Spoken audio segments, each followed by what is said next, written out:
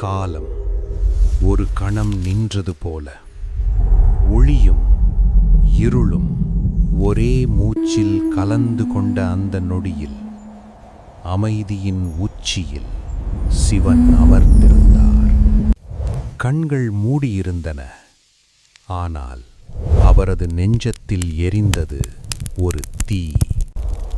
அது அழிவின் தீ அல்ல, அது அஞ்ஞானத்தை கரைக்கும் ஞானத்தின் தீ. சிவன் பேசவில்லை, ஏனெனில் அவரது மௌனமே உலகிற்கு உபதேசம். இந்த மௌன தியானத்தில் உலகம் மெதுவாக சமநிலையை அடைந்தது.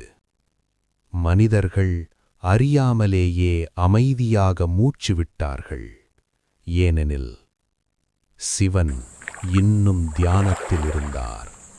அழிக்க அல்ல, உலகத்தை சமநிலையில் வைத்திருக்க. ஓம் நம சிவாய.